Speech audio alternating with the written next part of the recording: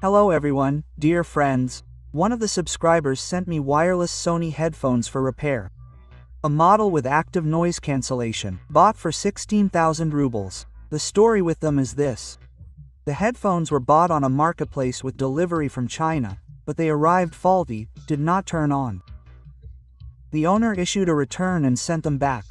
But somehow it turned out that the parcel was returned to the subscriber. At the same time, the seller also refunded the money for the purchase.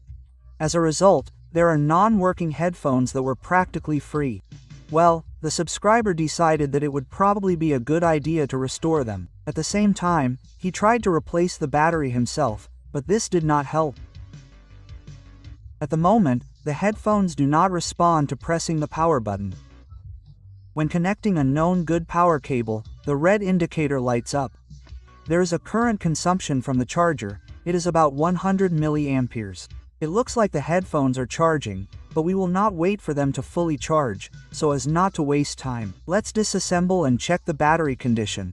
Although, it's unlikely to be a low charge, since the owner has already tried to replace the battery with a known good one, it's still worth checking. I remove the ear pads. Next, I unscrew the 4 housing screws and remove the cover. The battery is in the earphone with the power connector. I measure the voltage with a multimeter. 4.16 V. The battery is charged, that is, the headphones should turn on if they were in good condition. I quickly examine the condition of the electronics. Everything is in order. The main part of the boards is located in the second earphone. I disassemble it too. I work with caution, since the cover is connected to the board with a cable. I turn it off literally by touch. This earphone contains the power button, which will need to be checked. Now I look to see if power is supplied to the main board. I found a voltage of 3.9 V. We can say that the board is powered. This is good. Next, I check if the power button works. On the cable that comes from the buttons, I found a contact that is connected to the signal output of the power microswitch. The voltage on it is reset when the button is pressed. This means that the board's electronics receive a command to turn on, but for some reason do not respond to it. It is necessary to figure out why this is happening. A thermal imaging examination of the board did not yield any results. There is nothing that would heat up. Although, perhaps, this also says something. I solder the antenna cable that comes off the cover. I want to remove it and put it aside so that it does not interfere. So, I do not have any particularly brilliant ideas for repair in this case. Although it would also be nice to examine the condition of the board from the back, but since the headphones are new, it is unlikely that there will be anything interesting there. Check result. The condition of the board is perfect on all sides. There are no obvious defects such as flooding or overheating of anything here. I tried to slightly warm up the chips in the BGA cases, to check if there was a reaction to heating, but this also did not give anything. There is no reaction. I checked the power button again. This time even with the removal of the cable on which the micro switch is located. As I thought, everything is also ideal here. The cause of the malfunction is something else. Having studied similar cases on the network, I came across information that the problem may be in the soldering of one of the microcircuits in the BG Coco case. Moreover, the problem, I would say, is quite widespread, but the solution has not yet been announced on the Russian language internet. I came across a video of either Indians or Pakistanis repairing the same model of headphones. The repair consisted of soldering one of the microcircuits, after which everything started working. Since I did not find any more detailed and reasoned information on the network, I decided to simply repeat the procedure. I fixed the board on the assembly table.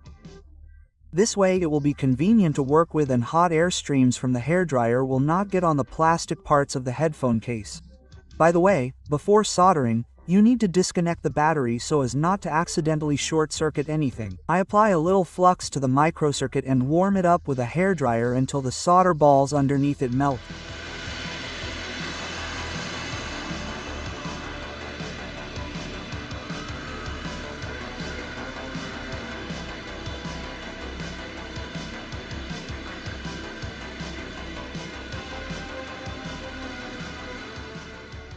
After a slight push with a shift of the microcircuit, the procedure is considered complete. I almost forgot to mention that the problem is not with this microcircuit, which is CSR, but with the proprietary Sony microcircuit, which is located on the back of the board.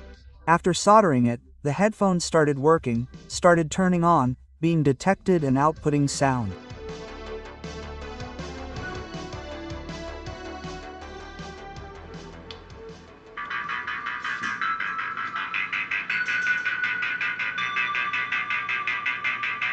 Everything is fine. The only problem is that all messages are played by the headphones in Chinese.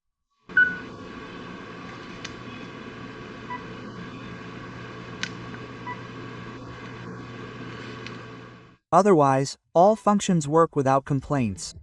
After assembly, I tested the headphones, did not find any additional problems and sent them back to the owner. He fixed the Chinese language problem himself. Using the official program, I changed the localization to Russian. After the repair, the headphones have been used for 2 months. The problem has not returned yet. Well, time will tell what will happen next.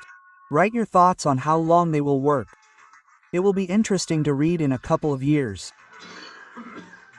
Well, dear friends, I will finish here today.